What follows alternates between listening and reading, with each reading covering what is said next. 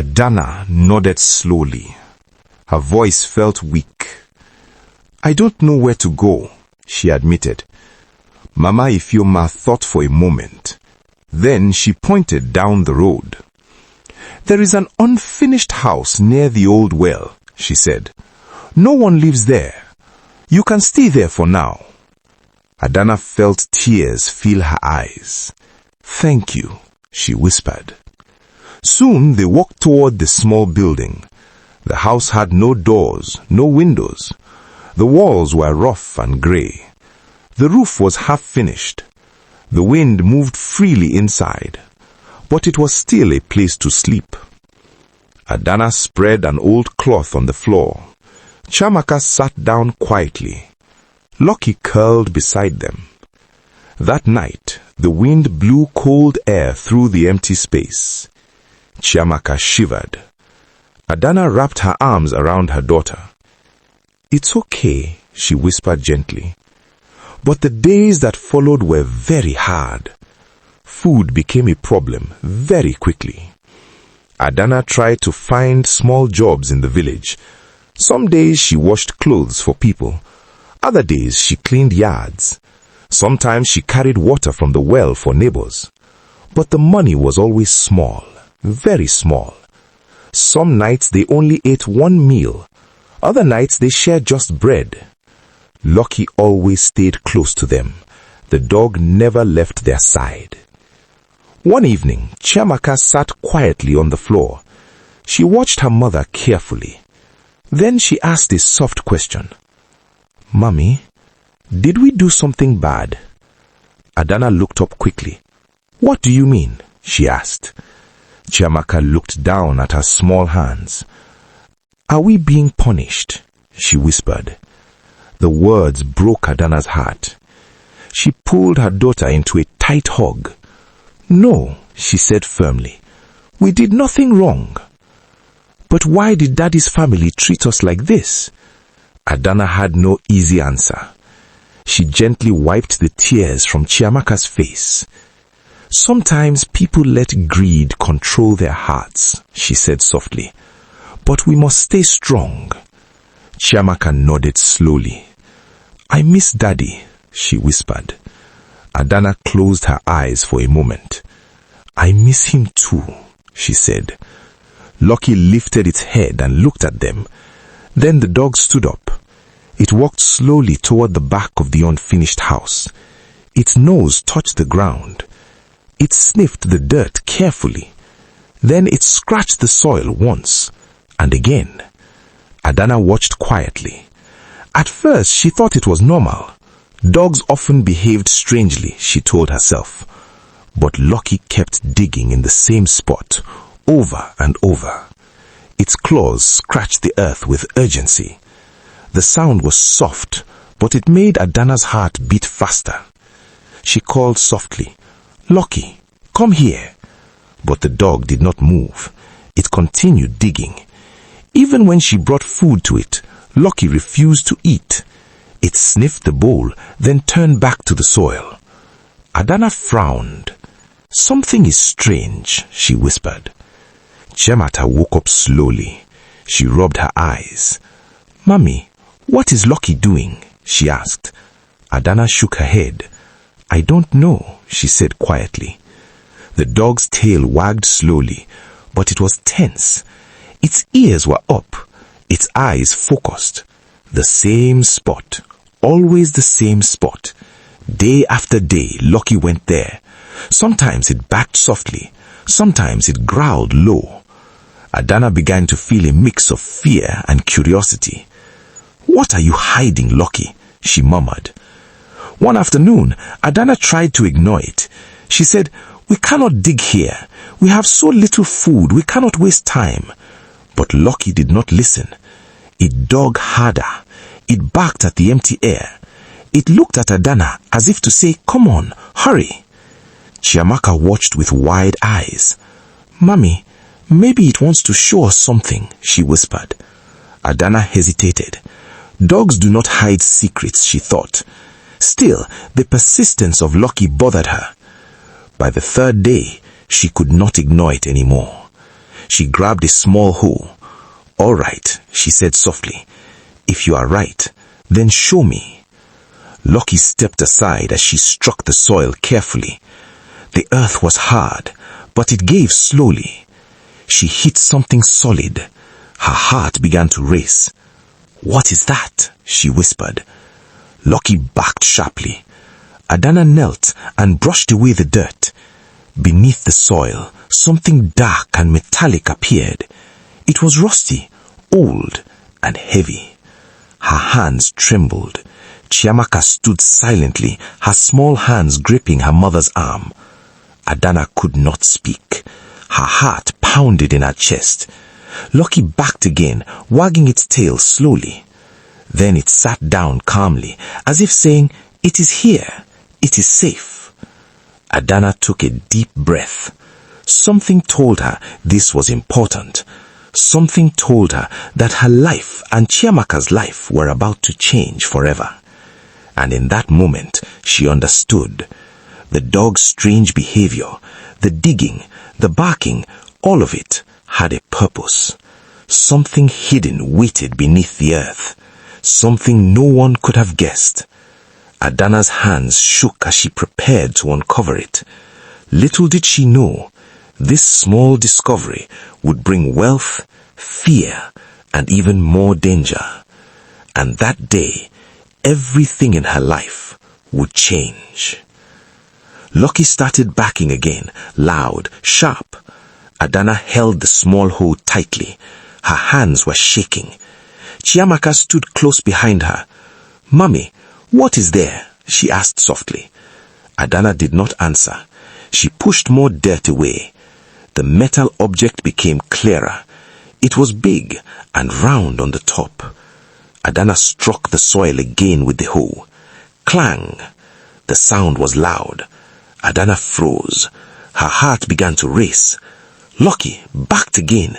The dog jumped around the hole. Its tail moved fast. Adanna dropped the hoe and used her hands. She pulled away more dirt. More dirt fell to the side. Slowly, the shape appeared. It was a chest, an old iron chest. The metal looked dark and rusty. Adanna stared at it in shock. "Chiamaka," she whispered, "I think something is buried here." Chiamaka's eyes became wide. "Treasure?" she asked. Adanna did not know, but her heart was beating faster, very fast. Together, they pulled the chest out of the hole. It was heavy, very heavy. Lucky kept barking happily.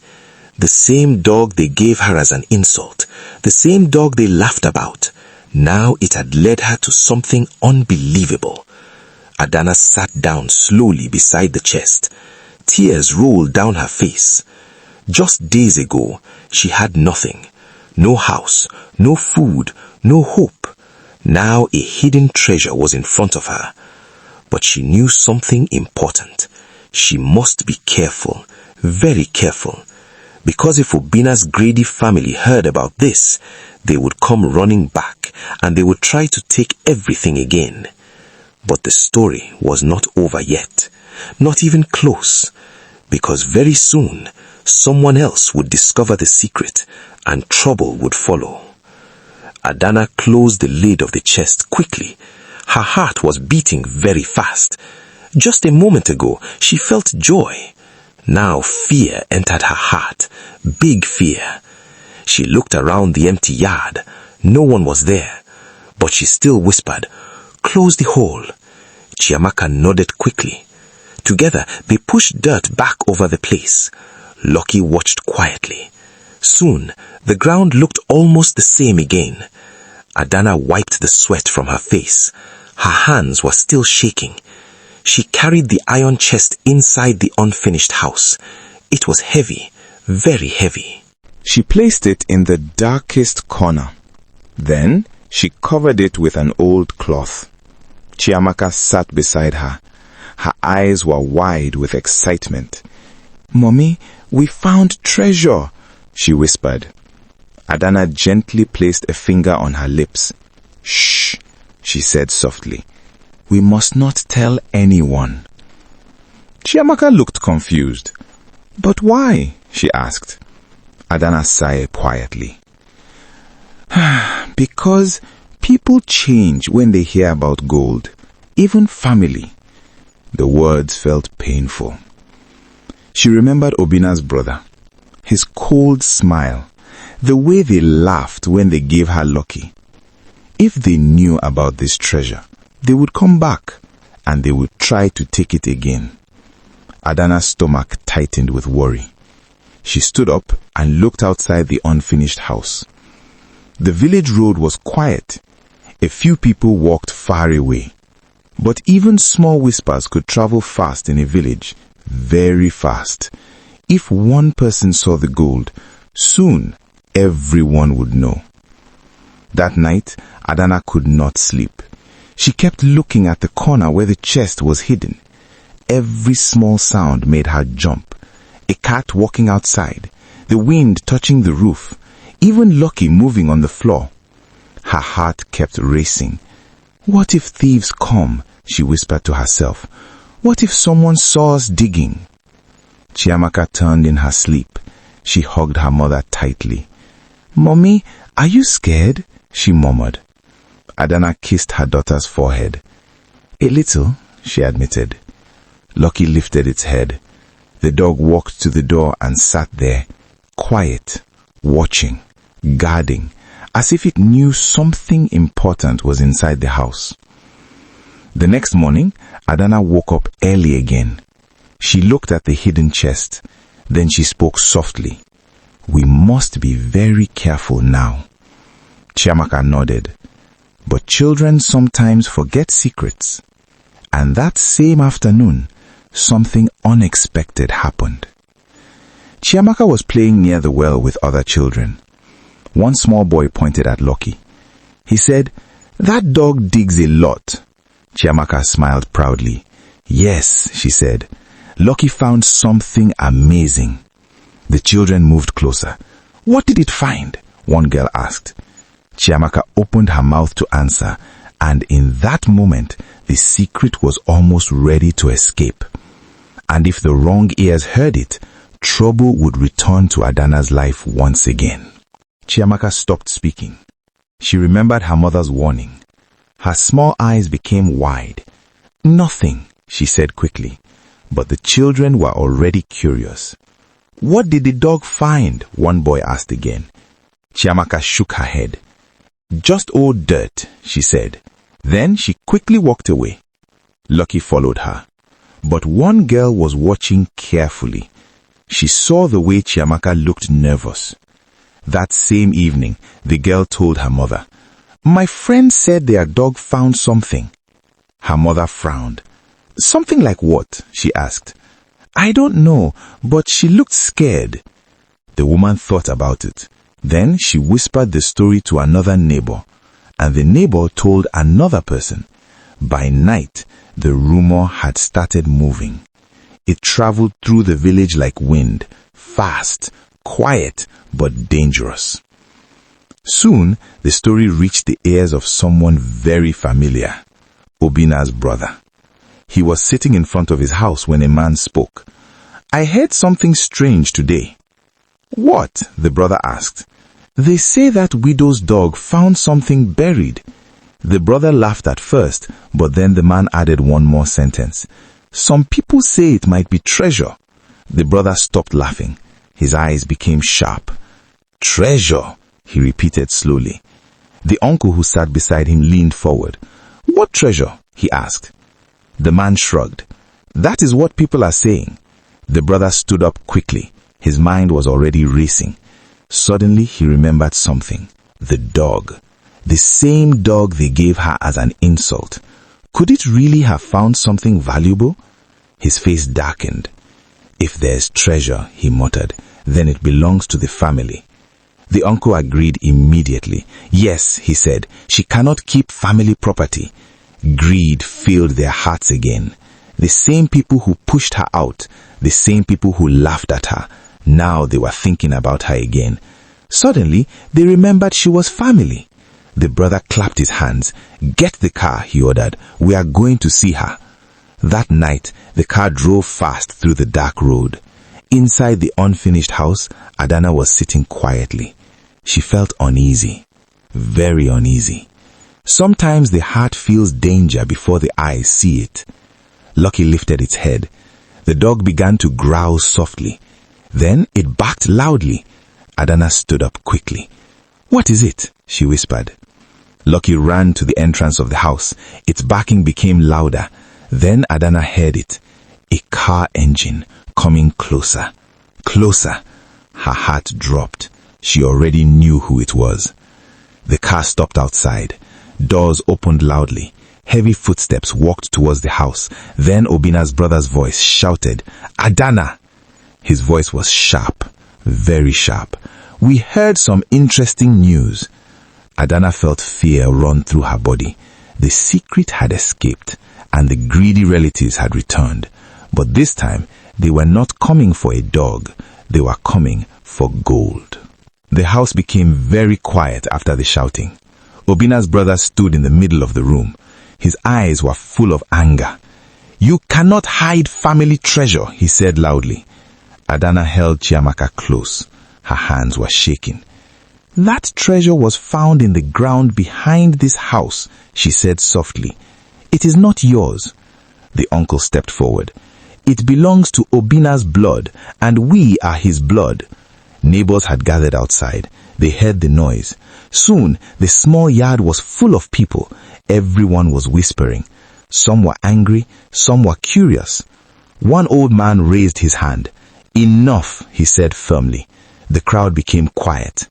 Elder Okeke was the old man. Everyone in the village respected him.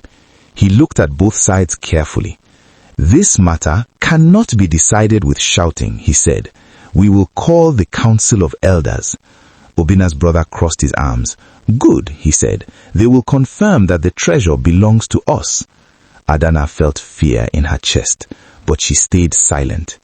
Soon the elders gathered under the big mango tree in the village square. 5 old men sat on wooden chairs. The whole village stood around them. Adanna stood on one side. Chiamaka held her hand tightly. Lucky sat quietly beside them. On the other side stood Obinna's family. Their faces were hard. Elder Okeke spoke first. "We are here to hear the truth. Let no one lie." He turned to Obinna's brother. "You speak first." The brother stepped forward proudly. "That woman found gold. It belonged to our family land. Therefore, it belongs to us." Some people in the crowd murmured. Then Elder Okeke turned to Adanna. "What do you say?" Adanna took a deep breath. Her voice was soft but clear. "I had nothing. They took everything from me. They took the house. They took the furniture.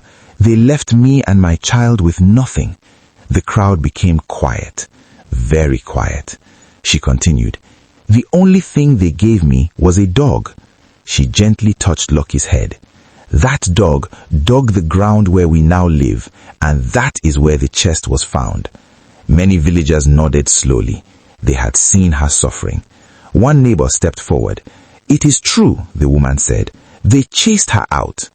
Another man spoke. "I saw them carry everything from her house." More voices joined. "They left her with nothing. They laughed at her." Obinna's brother became nervous. His face tightened. The elders whispered among themselves for a long time. The whole village waited. Finally, Elder Okeke stood up. His voice was calm but strong. "This matter is clear," he said. "The treasure was found on the land where Adanna now lives, and it was found by the dog they gave her." He paused. Then he spoke the final words. "Therefore, the treasure belongs to Adanna and her child." The crowd gasped. Then many people began to clap.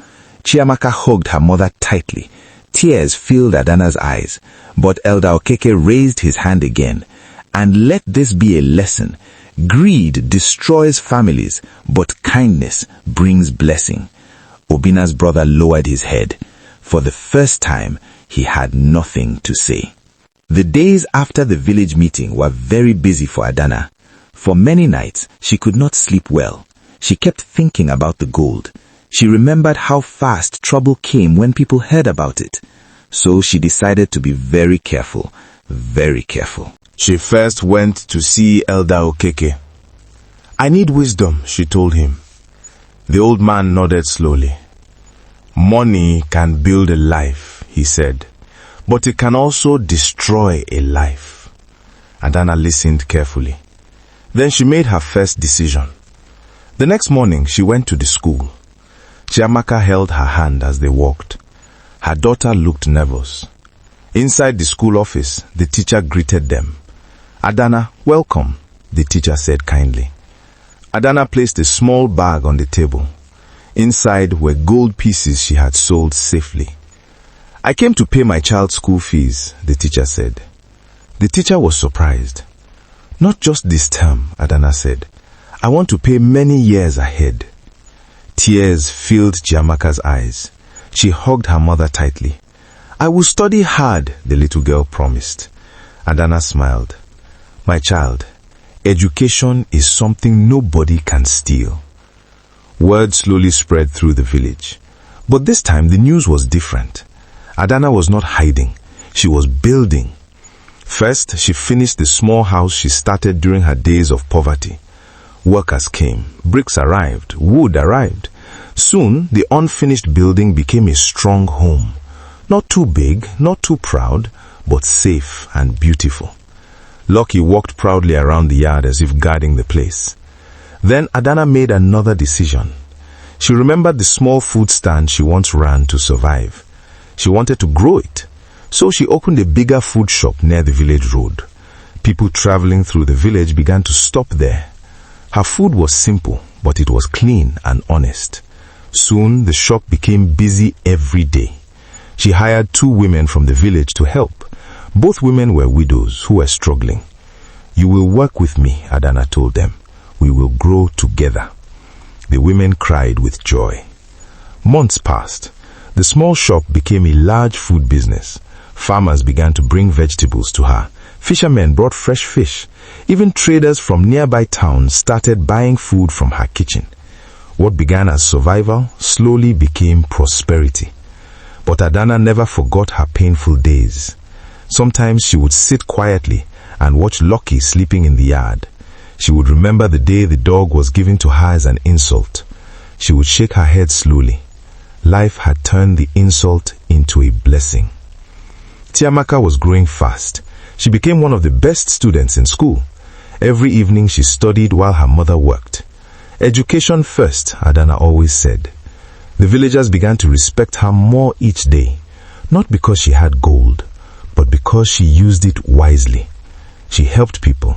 She worked hard. She stayed humble. Even Elder Okeke once said to the village, "True wealth is not gold. True wealth is a good heart." Adanna heard those words one day. She smiled quietly. Her life had changed. Her pain had become strength, and her future was now full of hope. Time passed quietly in the village. Adanna's life was slowly becoming peaceful. Her food shop was busy every day. Her new house stood strong. Chiamaka was doing well in school. But not everyone in the village was happy. Obina's family was not. At first, they tried to pretend nothing had happened. They told people the elders were wrong. They said Adanna had tricked the village. But people did not listen. Everyone remembered the day they pushed her out. Everyone remembered the day they laughed when she was giving the dog. Respect slowly left their house, and something else also began to leave: their money. Obina's brother had a big trading business before. He bought and sold building materials in the nearby town. But greed had made him careless. He began to borrow too much money. He believed one big deal would make him rich again. One day he invested all his money into a large truck of cement. He believed the price would rise quickly, but something went wrong. Heavy rain destroyed part of the road. The truck could not reach the town market. For many days the cement sat in the rain. Slowly the bags became wet.